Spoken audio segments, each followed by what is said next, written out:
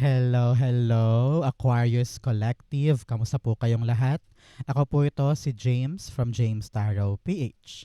Ito po ang inyong bonus reading for August Wheel of Your Fortune.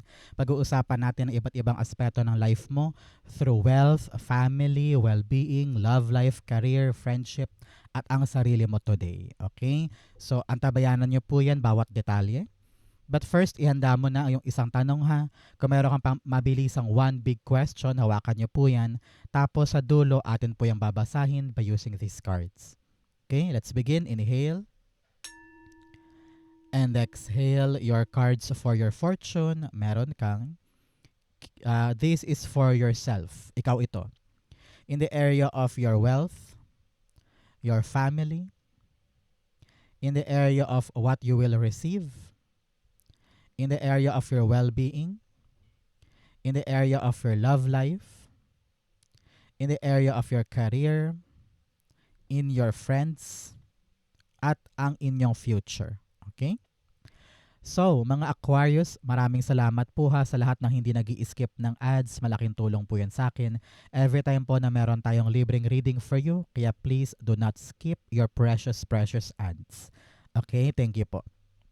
At the background of your reading, meron kang the Page of Swords. Okay? This time, Aquarius, maging curious ka.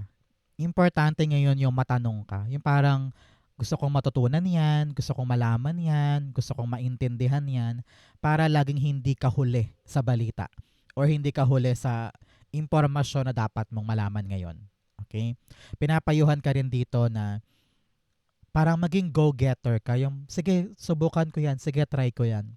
Kasi parang kadalasan, you feel like hindi ka pa ready or hindi ka pa marunong or may kulang pa ng ganito, kulang pa ng ganyan. Palagi mong sineset ang sarili mo sa punto na kulang pa ako or hindi ko pa kaya. Kaya importante ngayon na you really need to tell yourself, sige, ready na ako. Sige, gagawin ko na yan. Sige, aasikasuhin ko na yan. Kapag kasi dinedelay, nade-delay din yung fortune. Kaya palagi mong isipin na kung ano man ang dumating, kung ano man yung dapat kong gawin, gagawin ko na. Para sa swerte ko this time. Okay? In your self-energy, ito yung sarili mo, ikaw ito, the King of Pentacles. Sabi dito ng yung spirit guides, panahon to for you to be traditional, na parang kung ano yung nakasanayan, yun ang dapat mo daw ipagtanong-tanong. Kung ano yung sistema, kung ano yung proseso, kailangan din daw yun ang daanan mo. Dahil subok na yun eh. Tried and tested na daw yun. Halimbawa, balak mo magtayo ng milk tea shop. So kung ano yung proseso ng pag-acquire ng permit, ng mga papeles o ng mga equipment or pag-train ng mga empleyado, kung ano yung dapat gawin, dapat daanan mo daw yun. Dahil yun yung tamang paraan na magiging successful din para sa'yo. No? So be traditional pagdating sa approach sa mga bagay-bagay. Sinasabi rin dito, dapat sigurista ka. Hindi pwedeng, ay hindi ako sure. Hindi pwedeng, ay wala pa akong alam. You have what it takes to really learn as you go. Experience is your best teacher. Pero sabi dito, kapag meron kang gagawin, dapat sigurado ka na ito talaga yung tatahakin ko. Kahit pa malabo yung dako pa roon, kahit hindi sure yung kakahinatnan, pero kung sigurado ka sa bawat step na tinitake mo, okay ka. Alam mo nung sinindihan ko tong kandilang ito, mahina, di ba? Kasi parang pag tilt ko nung kandila, basa pa pala yung ibabaw. So parang yung wax pumatong dun sa wick, dun sa parang sisindihan. So kaya aandap-andap siya. So habang sinashuffle ko yung card mo, I really felt na meron kang mga kalabuan sa bagay-bagay at wala kang lakas ng loob na itulay dahil parang feeling mo mahina pa yung apoy sa puso mo to continue it. Kaya ngayon importante maniguro ka muna dahil maraming malabo, 'di ba? Pero kung handang-handa ka na at alam mong kaya mo naman at meron ka namang kakayanan or experience na itulay yan, why not? Pero importante na magningas, no? Magningas yung apoy sa iyo na idiretso ko to, na akin 'to, kasi parang kulang ka sa apoy ngayon, kulang ka sa liwanag sa isip para ituloy siya. Clarify natin. Sa mga Aquarius, ano ba yung mga pangarap mo para sa iyong sarili ha? For your own. Ano yung mga gusto mong maganap for you? Isulat mo yan, i-journal mo sa baba, it will happen to you. Okay? King of Pentacles, meron kang the Ace of Swords. Yes, liwanag talaga. Kailangan maliwanagan ka sa bawat action mo para alam mo yung dapat mong i-anticipate at alam mo yung dapat mong alagaan. Halimbawa, ikaw ay nag-iisip na magtayo ng sarili mong tinapa house. Magbebenta ka ng tinapa sa area ninyo dahil na-realize mo, uy, walang nagtitinda ng tinapa sa amin, try ko nga. So, ano yung tamang proseso sa pagbebenta ng tinapa? Saan ka kukuha? Kaya kailangan sigurista pinagandaan, nabusisi mo na para maliwanag. Maliwanag yung gagawin. At the bottom, the Knight of Swords. Sabi dyan, huwag magmamadali sa action ngayon. Kailangan siguraduhin na every detail, every action, sure. Kasi sa pagmamadali, baka dyan ka pa mahirapan or dyan ka pa magkaroon ng komplikasyon. Kaya ingat-ingat dyan. Okay? In the area of your wealth, you have the Knight of Swords. Magkaibang energy nito dito. Ito ay para sa self, ito ay para sa wealth. Sa kaperahan sa kaching-kaching, sabi dito, merong mabilis sa darating. Mabilis na kita or pagbilis ng gulong ng papeles or paggulong ng proseso sa loan o sa hinihintay na SSS money, no? Merong mabilis, kaya napakaswerte mo. Sabi dito, kapag bumilis, ikaw naman ang babagal. Ano ibig sabihin nun? Kapag bumilis yung proseso pagdating sa pera, ikaw naman yung mag-i-slow down na parang, okay, ito na yung pera ko, ito na yung sahod, ito na yung bayad, ano yung dapat kong gawin dito? Doon ka naman babagal. Kung paano mo siya gagamitin, paano mo siya iwawaldas, or paano mo siya mapanghahawakan. Kasi kung gaano kabilis ang dating, baka naman ganyan din kabilis yung alis, di ba? So make sure na maingat ka now sa pagbilis ng pagpasok ng pera. Halimbawa, bigla-bigla yung iyong negosyo ay dumami ng customer. Siyempre, malaki ang kita ngayon. So make sure na matalino ka, matalino sa kung paano mo iipunin or papanghawakan yung papasok. Okay? Importante yan ngayon. Clarify natin. So mga Aquarius, ano ba yung mga bagay na gusto mong ipanalo ngayon? What are the things that you want to say na, yes, panalo ko dito? Ano yon? I-claim mo yan sa baba. Knight of Swords, the Seven of Cups. Uy, unti-unting nagbubukas yung mga pintuan dahil sa pagbilis ng pasok ng pera. At the bottom, the Five of Wands. Sabi dyan, dahil mabilis yung pagpasok, yung mga pintuan naging open sa'yo. Nagkaroon ka ng pera, nagkaroon ka ng opportunity. Nakikita mo na kung ano yung pwede mong bilhin, pwede mong puntahan, pwede mong pag-investan, pwede mong ma-experience na mga bagong bagay na dati imposibleng pasukin. Pero ngayon, lumalaki or nag-expand yung mundo mo, yung gagawin mo, yung future mo. Kaya good luck and congrats. Lumalaki ka na, nag-expand ka na, nag-grow ka na sa pagpasok at pagbilis ng perang ito. Pero, importante, Aquarius, na you're very cautious with the challenges around you. May mga tao pa rin sa paligid na inggitera, mahilig pumuna, mahilig manilip ng mga buhay na may buhay, o kaya mga insecure. No? Kaya kailangan you stand up for yourself. Especially sa mga bagay na gusto mong gawin, gusto mong abutin after sa pagbilis ng kapirahan na ito. Kaya laban para patuloy mong mapayabong o mapalaki ang kapirahan na yan. Okay? In the area of your family, meron kang the Knight of Wands. Naku. Meron pong exciting, dalawang cards ito. May exciting na good news para sa pamilya. Okay? Whether, halimbawa, yung kapatid mo ay mapopromote sa trabaho, o yung nanay mo ay nakuha na niya yung mana niya, o halimbawa, yung anak mo no, nakapasa sa scholarship, antabayanan this month yung mga gandang balitang darating para sa pamilya na magpapa-excite sa inyong lahat. Halimbawa din, naaprobahan na yung visa, naaprobahan na yung loan, or makakalagak na kayo ng pera sa isang hinuhulugang bahay, no? So congratulations para sa mga magagandang balitang iyan. Kaya pag dumating, grab na, focus na, at asikasuhin mo na. Kumbaga, walang makakahinto sa inyo ngayon, kaya sulitin yung magagandang nangyayari.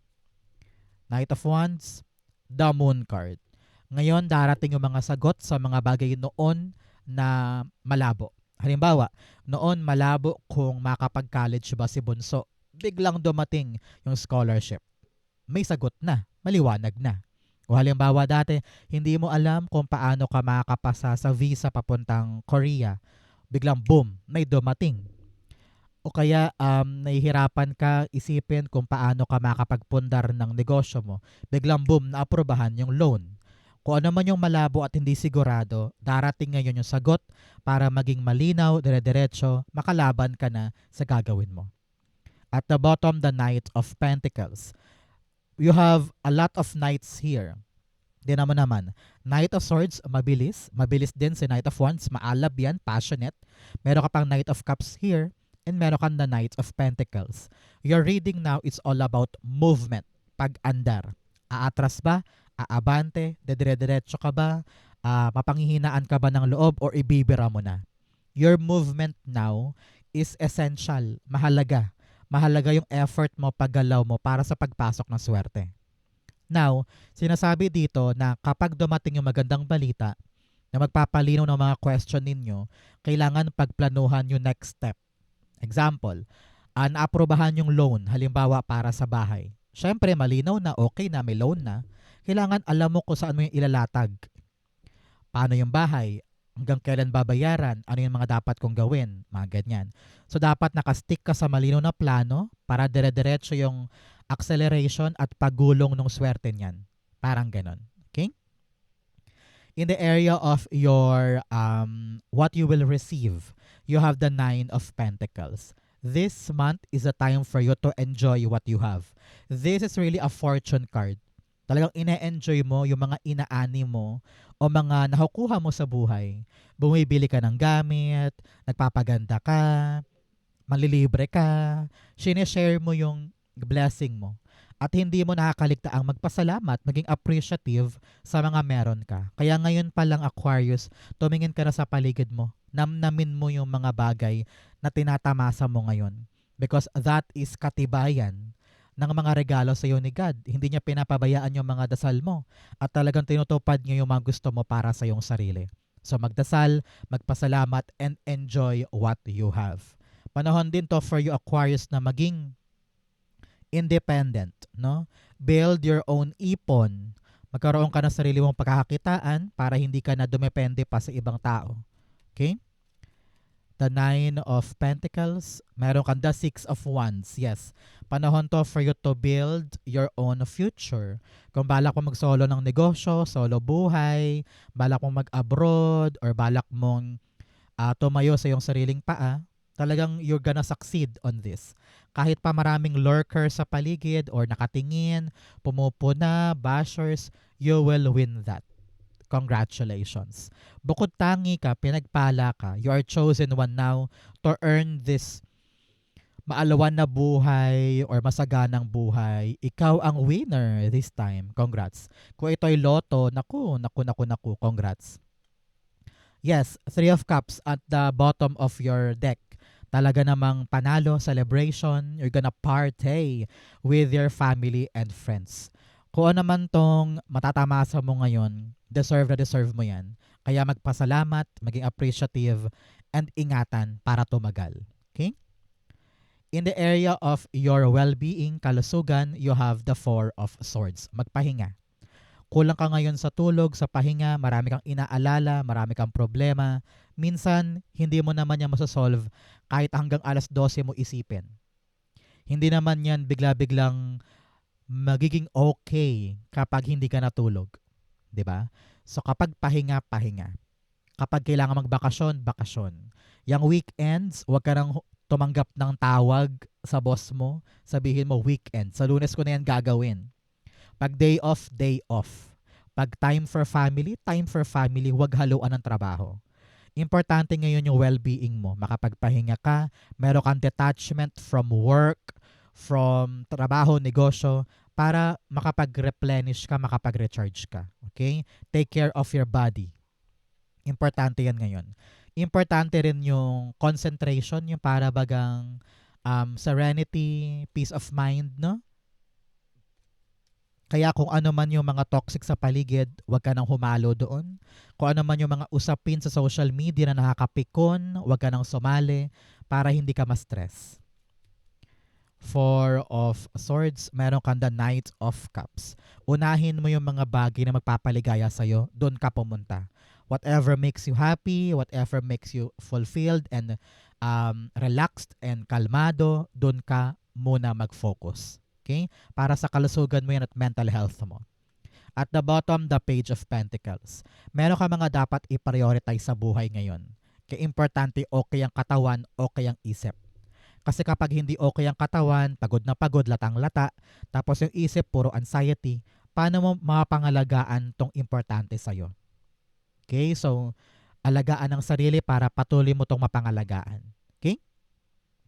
In the area of your love life, meron kang the Knight of Cups. Sa mga single dyan, merong mag-aalok ng date or merong magtatapat. Merong mag-confess ng kanilang naramdaman para sa'yo. Kaya ikaw naman, depende sa'yo kung tatanggapin mo ba yan or hindi. You really need to know. Kilalanin mo muna siya kasi baka mamaya too good to be true pala yan or hindi tama yung kanyang pinapakita, masyado siyang pakitang tao. So, kailangan kilalanin mo yung tao kung siya yung magkatapat sa'yo or meron kang dinedate. Para sa mga may karelasyon dyan, importante na meron kang pansarili. Kasi kung wala kang sariling pagmamahal sa'yo, paano mo yan i-share sa iba? Paano mo siya mamahalin kung hindi mo kayang mahalin ang sarili mo? So, if you love yourself, meron kang pagmamahal na kayang ibigay. Kasi kung upos na upos ka na, paano ka pa magmamahal, di ba? So, unahin ang sariling pagmamahal bago i-share, bago asikasuhin ng iba. Because sarili mo nang dapat unahin. Okay? Sabi naman dito para sa iba, tiyakin mo muna na ready ka talaga sa relasyon na yan. That's what I'm hearing. Kung talagang merong promising dyan sa paligid, tiyakin muna na sure ako or ready ako or tiyak ako sa kanya. Okay? Knight of Cups, the Sun card, clarity. Clarity about the person you are involved with. Kung ito'y manliligaw, kapag nakilala mo siya ng lubusan, doon mo matetest kung swak ba kami. Sa mga may karelasyon ngayon, sabi dito, kailangan mong maintindihan yung needs mo, yung kailangan mo at kailangan niya. Kapag malinaw kayo sa isa't isa, kaya nyo i-provide sa isa't isa yung mga gusto ninyo. Kasi kung wala kayong communication, wala kayong pag-uusap, hindi mo pwedeng hulaan kung ano yung kailangan niya. Kailangan nag-uusap kayo para klaro lahat ng kaya mong ibigay at kaya mong kunin. Okay? At the bottom, the Chariot card. Sabi dito, para tuloy na makalarga yung magandang ugnayan na yan, kilalanin mo yung taong ito, maging optimistic ka lang, and just enjoy the company. And soon, tignan natin kung ano yung lalamanin soon, no? Pero kitang-kita ko dito yung successful outcome sa pagsugal mo sa love life na ito. Sa mga may karelasyon na dyan, kapag nagkaunawaan na kayo, aabante na kayo, makakalagpas na kayo sa mga issue at problema ninyo. Okay? In the area of your career, you have the Page of Cups. Merong bubulaga sa'yo ngayon pagdating sa career mo. Hindi mo to inaasahan na mangyayari or magaganap. Either promoted or merong bagong tatawag sa'yo for a new job or merong magtitiwala sa'yo na bagong kliyente. Kaya kapag dumating itong surprising blessing, mag-focus ka dyan, gawin mo yung best mo. Kung takot ka, lumaban ka, ito na yung time mo kaya wag sayangin. Okay? Clarify natin. Ramdam ko good news parang tatawagan ka or sa email, no? Doon mo malalaman itong magandang balitang ito. So good luck and congrats. Page of Cups, the Eight of Pentacles. Yes, merong nakapansin ang galing mo. Mahusay ka daw, marunong ka daw, perfect ka daw sa bagay na ito, kaya sa'yo ibibigay. Somebody noticed your hard work. Whether naka-display man yan or may mga pictures ka or yung iyong credentials ay super dami na, Ramdam ko dito na ikaw yung pipiliin dahil alam nila yung kapasidad mo at yung abilidad mo. So congratulations. At the bottom, the Six of Swords, makakasulong ka na. Kung ikaw yung may problema sa trabaho, sa career, meron ng calmer waters. Ibig sabihin, aabante ka na sa isang mas matiwasay, maayos, kalmadong parte ng career mo. Kaya grab it, take it, para sa iyo yan. Aangat ka na dahil masipag ka naman at saka magaling ka naman. So, this is the moment na makakapag-accelerate ka na sa career aspect mo. Congrats! Claim mo na yan, para sa iyo yan. In the area of your friendships, meron kang the Nine of Swords. Kung puro problema lang ang dulot ng friendship na yan at meron ka nabasa sa GC or meron ka narinig na impormasyon about chismis, drama, conflict, i-let go mo yung mga friends na yan. Hindi mo deserve yung ganyang klaseng kaibigan na puro stress, drama ang binibigay sa'yo. You have to enjoy your life at pumunta ka sa mga bagay, sitwasyon na magpapanalo sa'yo. Huwag kang mag-dwell sa mga maling kaibigan. Halimbawa, meron kang kaibigan na puro utang, utang ng utang sa'yo. Huwag mo nang pautangin, palayain mo na yan. Huwag mo na rin singilin. Nako, kung nahirapan nga siyang magbayad, for sure, may hihirapan ka rin siyang singilin. Dahil involve nga yung feelings, involve yung relasyon, mas mahirap singilin ng kamag-anak at saka kaibigan, di ba? So, panahon to for you para palayain ang sarili mo sa ganyang sitwasyon. Hindi mo deserve na kaibiganin yan.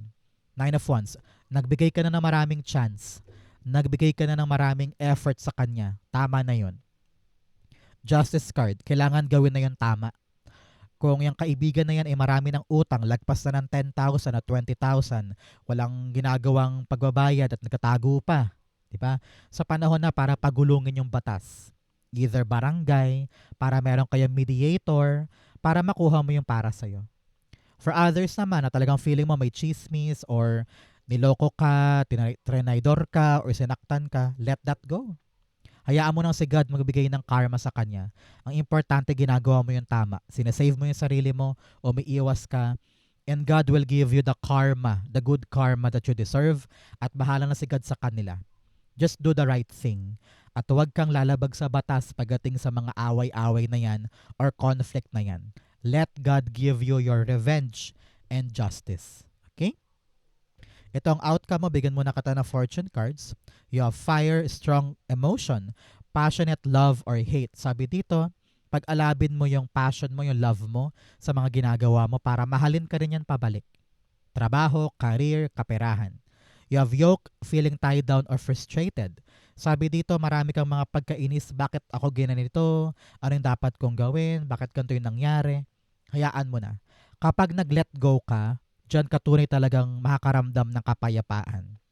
You have flute, disappointments in a friend or a lover. Yes, meron ka talagang disappointment o pagkadismaya sa iyong kaibigan o lover. Kaya panahon to for you to talk to them. Kung talagang hindi na kaya, let go muna para makapag-isip-isip, para makapag-nilay-nilay. You also have haystack, karma, you will reap what you have sown. Sabi ko nga dito, hayaan mong si God ang gumawa ng karma or gumawa ng ganti para sa'yo. Just go with your own life. Do the right thing. Be the bigger person. Okay? Ang outcome mo for your August Wheel of your Fortune, the Justice card. Yes. Good karma. Kumbaga, sa'yo naman babaling ang kapalaran. Ikaw naman ang suswertihin ngayon. Kung meron ka mga kontrata, negotiation, agreement, interview, papabor para sa'yo. Talagang dumarating pong hustisya na dati pinagkait, no? Dati parang feeling mo, unfair. Pero ngayon patas na. Ibibigay na sa'yo yung karapat-dapat na para sa'yo. Congratulations. Justice, meron kang the Four of Wands. Yes, milestone. Congratulations. You will celebrate soon. Kung meron ka mang hinihintay na court battle or court hearing or papeles, dokumento, nako, makukuha mo yan at solid na yung pamilya. Whether lupa ito or bahay or amana or agawan ng property or SSS loan or pension, nako, it will be given to you. Three of Pentacles at the bottom, may mga taong tutulong sa'yo para maabot yan. Kaya makipagtulungan, makipag-cooperate because they will give you the quick quick access para makuha to. Congratulations. Okay? So Aquarius, diretso na tayo sa yung isang tanong, isang sagot. Pumikit ka na ngayon. Think of your one question. Inhale and exhale. The answer to your question, you have the Chariot card, the Eight of Swords, and the Two of Pentacles. At the bottom, you have the Page of Swords. Sinasabi dito na kung ano man yung gagawin mo with your question, magkalkal ka pa ng maraming impormasyon. Bakit? Kasi marami ka pa rin daw hindi nalalaman tungkol sa question mo. Sabi dito, para lumarga yan, magkaroon ng development, magkaroon ng advancement, marami ka pang dapat malaman. So tumawag ka na, makipag-communicate ka na, magtanong-tanong ka na, para alam mo yung daan mo paabante at hindi ka makatali dyan. Feeling ko na parang marami ka pang inhibitions, marami ka pang duda, marami ka pang takot, dahil nga marami ka pang hindi alam. Kaya alamin, para makalaya ka dyan sa self-imposed mong mga takot, inhibitions, and fears. Kapag nakalaya ka dyan, tunay ka makalarga. And panahon to para balansehin, no? Ano ba yung mga dapat i-priorities? Ano ba yung mga dapat unahin? Ano ba yung dapat kong i-let go para makapag-focus ako dito? Kulang sa balanse ang buhay. Parang feeling ko dito, gulo-gulo schedule mo. So, i-systematize mo yan. I-schedule mo yan para alam mo yung mga dapat mong panghawakan at hindi ka maburyong dito. Parang feeling mo kasi nakatali ka, wala kang magawa. Ang totoo niyan, meron ka naman talaga magagawa. Kulang ka lang sa intindi sa kinakaharap mo. Kaya lawakan ng isip, lawakan ng kaalaman para makalarga ka na. Okay? If you're waiting for a yes or no, the answer is yes. Meron ka magagawa para mangyari yan sa'yo. Kailangan lang alamin mo yung tamang proseso, tamang gagawin para tunay kang makalarga at makuha yan. Okay? Importante yan sa'yo. If you're really here, congratulations. Ako nandito ka pa hanggang dulo, nakita ko na marami ka pang dapat ayusin. Pero hindi naman ibig sabihin na wala ka ng chance. Ayusin mo lang talaga. Okay? So Aquarius, yan po yung isang tanong, isang sagot. Ganon din po ang inyong August Wheel of Your Fortune. Mapasa inyo sana ang inyong swerte this time. So po kayo naka-resonate, comment below. Basahin ko po yan. Thank you mga mahal ko Aquarius for watching hanggang dulo. I love you. This has been James for James Tarot PH. God bless everybody.